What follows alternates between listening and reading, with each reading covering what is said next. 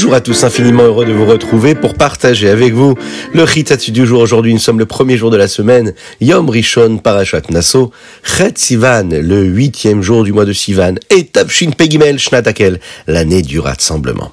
Nous allons aborder aujourd'hui le Rishon, la première partie de notre Chumash de la Parashat Naso.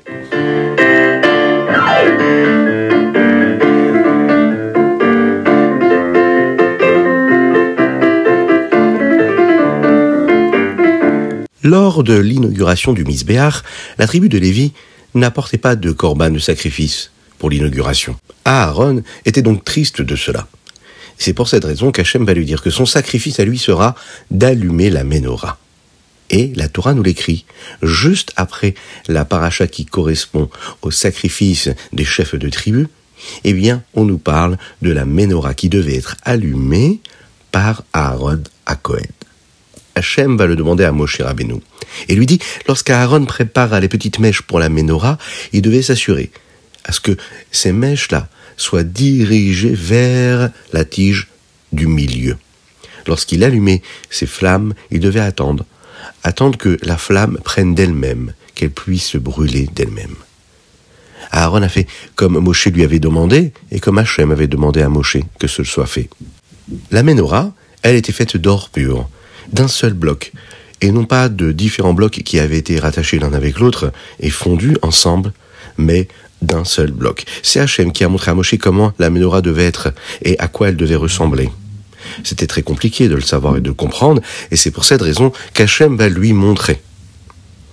Dans la paracha d'aujourd'hui, nous apprenons aussi également comment est-ce que les Lévi'im vont commencer leur service dans le Mishkan. Hachem va dire à Moshe de purifier les Lévi'im en aspergeant sur eux les eaux de lavage rousse. Ils devaient se raser les cheveux, un peu comme nous l'avons vu pour une personne qui avait eu la lèpre, ils devaient rincer leurs vêtements dans le mikvé. La question qu'on pourrait se poser, c'est pourquoi est-ce qu'ils devaient raser leurs cheveux ? Eh bien parce que quand un homme fait avodah zara, c'est-à-dire qu'il sert des forces étrangères à celles de Dieu, il est comme un homme qui a eu cette lèpre-là, qui a besoin de raser ses cheveux pour se purifier. Et les Lévi'im qui servaient dans le Mishkan, ils le faisaient en lieu et place, vous vous en souvenez, des Bechorim, des premiers-nés, qui eux avaient commis la faute du veau d'or. Et donc, ils devaient aussi, eux, se purifier à la place des Bechorim, des premiers-nés, en allant au mikvé, et de cette façon-là, ils pouvaient apporter les sacrifices. Les Lévi'im devaient apporter un sacrifice qui était constitué d'un jeune taureau, comme ce sacrifice qu'on apportait, par exemple, pour plusieurs personnes, un groupe de personnes qui auraient, que Dieu nous en préserve, commis la avodah zara. Tous les Lévi'im se tenaient devant le Mishkan, et les bénis Israël les regardaient, étaient en face, et les regardaient en train d'apporter ces corbanotes, ces sacrifices. Étant donné que la tribu de Lévi demandait pardon à Hachem, il le faisait également pour toutes les bénis Israël, et c'est pour cette raison que les bénis Israël étaient présents à ce moment-là. Les Lévi'im, par cela, se sanctifiaient devant Akadosh Baruch Hu, devant Dieu, et étaient donc prêts à faire leur service dans le Mishkan.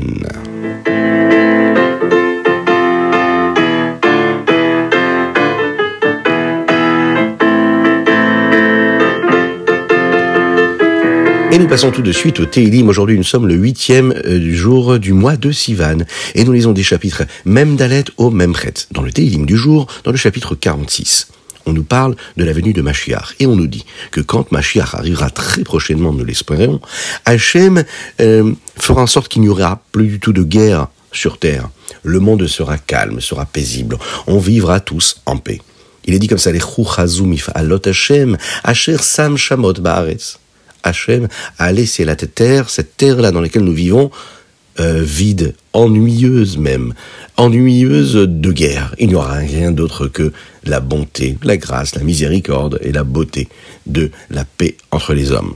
Le Admor HaZaken, le Rabbi Shlomo Zalman nous explique dans le Torah Or que nous ne parlons pas ici de guerre dans lesquels il y aurait des soldats, des armées qui se feraient vraiment la guerre et combattre l'un et l'autre. Mais nous parlons ici en fait d'une guerre, cette guerre que nous avons tous et toutes en nous, la guerre entre le mauvais penchant et le bon penchant, le Yetzer Tov et le Yetzer Hara.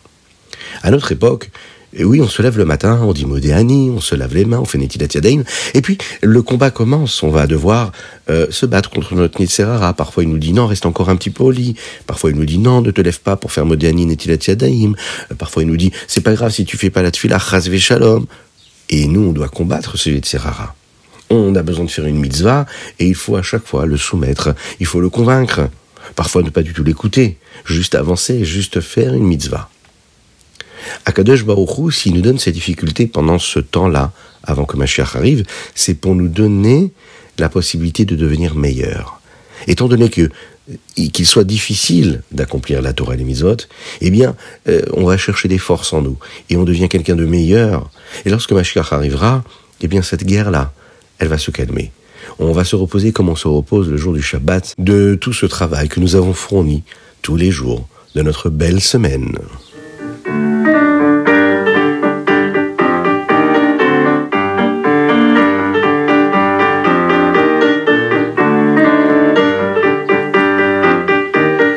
Et nous passons au Tanya. Nous sommes dans le Sha'ar Eichut Ve'emunah, dans le premier chapitre, et vous l'avez vu hier, nous avons commencé cette partie du Sha'ar Eichut Ve'emunah. Si toute chose qui se trouve dans le monde a une vitalité, a une énergie, et que cette vitalité, cette énergie, vient des mots d'Hachem, de sa parole. C'est Hachem qui a créé le monde par les Asara Mahamarot, les 10 paroles, et donc chaque élément du monde existe grâce à cette parole. La question qu'on pourrait se poser ici, comment toutes les autres choses qui existent ici-bas sur Terre reçoivent leur vitalité? Eh bien, chaque créature dans le monde a besoin de recevoir cette énergie de Dieu. Il faut savoir que cette vitalité, elle arrive de différentes façons. Elle peut arriver précisément par les mots, les paroles que Dieu a prononcées, lorsque l'on, par exemple, intervertit les différentes lettres qui ont été prononcées. Il y a ce que nous appelons un système dans la Torah qui nous permet d'utiliser par exemple les valeurs numériques d'un mot. Avec les mêmes valeurs numériques, la Kabbalah nous donne différentes formules qui nous permettent d'arriver à des résultats différents avec les mêmes lettres que nous avons prononcées. Par exemple, quand on échange l'ordre des lettres et qu'on transforme les mots, on a la possibilité d'avoir d'autres mots. Et donc, chaque transformation et chaque évolution de lettres et de mots nous permet de créer une autre énergie. Lorsqu'elles se transforment et se transfèrent, et lorsque ces lettres-là sont changées, elles peuvent décrire un autre élément, une autre chose qui a été créée ici-bas sur Terre, et donc recevoir une autre vitalité qui lui correspondra. Quand on regarde par exemple les lettres Aïn, les lettres Tzadik et les lettres Aleph, nous avons 3 lettres qui peuvent nous permettre de créer différents mots. Par exemple, l'arbre reçoit sa vitalité de la lettre Aïn, et de la lettre Tzadik. Par exemple, la pierre, la pierre, elle va recevoir sa vitalité de la lettre Aleph, de la lettre Bet, de la lettre Nun, puisqu'on sait que le mot Even, qui veut dire pierre, est constitué de ces 3 lettres-là, Aleph, Bet et Nun. Chacun d'entre nous, nous recevons cette vitalité de notre nom juif. Chaque personne qui a ce nom-là, à travers son nom, il y a une vitalité. Par exemple, prenez le nom Chaya. Chaya, c'est Chet, Yud, E. Eh bien, toute personne qui se prénomme Chaya reçoit sa vitalité de ces lettres-là. Si le prénom de cet enfant-là ou de cet adulte-là, c'est Yosef, eh bien, il va recevoir sa vitalité des lettres qui constituent son prénom. Yud, Vav, Samer et Pesofit. Et par cela, on peut recevoir la vitalité de Dieu et l'énergie et toujours être connecté à Dieu.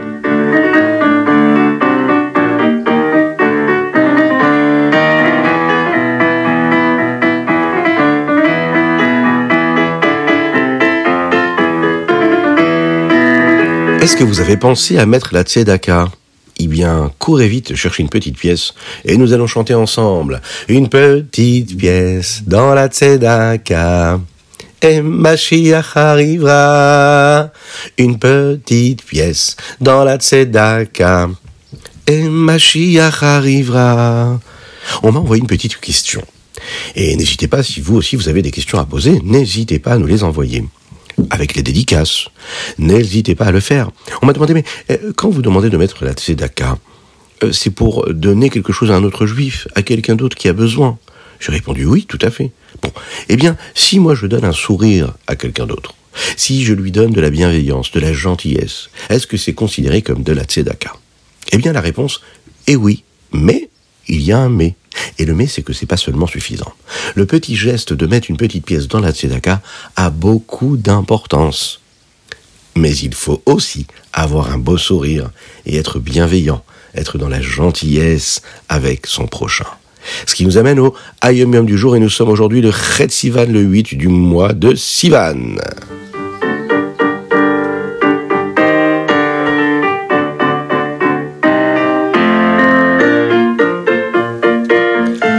Dans un des versets du Shir HaShirim, nous apprenons que le monde est appelé Ginuni, le jardin d'Hachem. Le deuxième verset décrit le monde comme étant Ginat Egoz. Qu'est-ce que cela veut dire?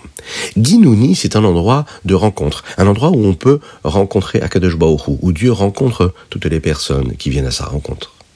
Le monde était comme ça à la base, c'est-à-dire que tout le monde vivait là et Dieu était présent dans ce jardin-là. Lorsque Adam Rishon a fait la première faute, celle du Etz Hadaat, l'arbre de la connaissance, eh bien, le monde a reçu un deuxième nom. Ce nom-là, c'est Ginat Egoz. Egoz a une valeur numérique qui correspond au mot chet, chet qui veut dire la faute. Et c'est pour cette raison que nous ne mangeons pas des égozim le jour de Rosh Hashanah. Qu'est-ce que c'est les égozim? C'est les noix. Le monde est rempli de possibilités. Le monde, il est comme ces noix-là qui poussent sur le noisetier. Il y en a beaucoup, c'est très joli à voir. Mais ce monde-là est plein de possibilités de fautes, de havérotes. Hachem nous donne la possibilité de vivre dans ce monde-là et de faire en sorte que ce monde-là ce ne soit pas le Ginat Egoz, un jardin de noix, mais que ce soit le Ginuni, le jardin d'Hachem, le jardin de Dieu. Comment? Eh bien, si on consacre notre existence, si on consacre notre temps, notre énergie à celle de Akadosh Baruch Hu, c'est-à-dire à se sanctifier à travers les mitzvot, et qu'on ne choisit pas d'aller dans ce jardin de noix dans lequel il y a toutes ces avérotes, eh bien on peut se rapprocher d'Hachem. En fait, c'est notre libre arbitre et nous avons le choix. On peut choisir. Choisissons bien, choisissons de faire toujours des mitzvot.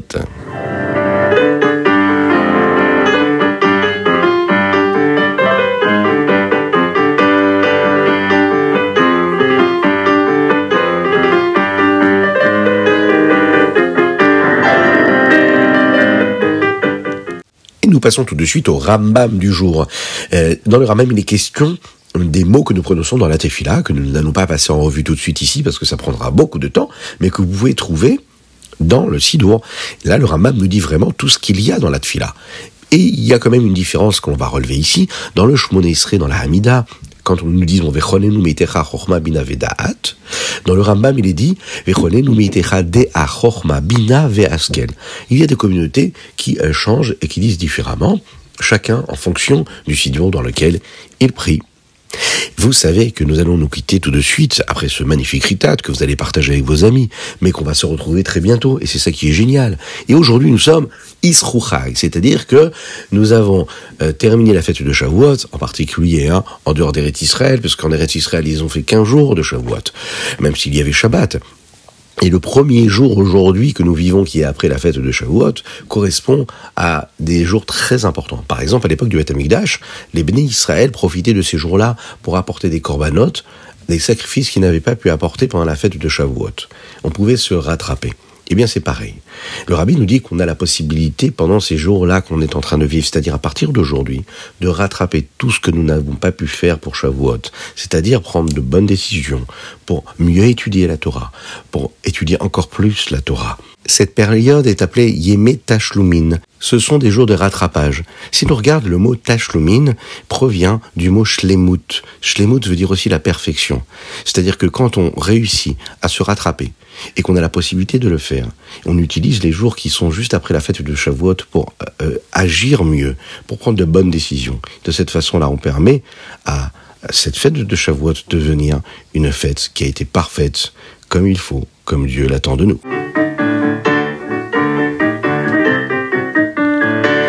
Et voilà, c'était le Ritat du jour, une spéciale dédicace aujourd'hui pour Avraham Nissim Ben Sultana, qu'Hachem lui envoie une réfoua chez une guérison totale et complète. Aujourd'hui, nous avons une spéciale dédicace pour Elisheva Benamou, qui nous écoute d'une petite ville en Eretz Israël qui s'appelle Netivot et qui aimerait que l'on dédicace aujourd'hui le Chitat à toute sa famille, à ses frères et sœurs. Donc on pense très très fort à eux, qu'ils soient toujours bénis, qu'Hachem les bénisse avec une bénédiction céleste, mais aussi terrestre, matérielle et spirituelle, qu'ils soient toujours dans la joie, le bonheur, l'allégresse. C'est une bénédiction qu'on peut souhaiter à tous les enfants qui nous écoutent, à tous les parents aussi qui nous écoutent. N'oubliez pas d'envoyer vos dédicaces, c'est important. C'est votre soutien et ça nous permet de diffuser la Torah encore et toujours.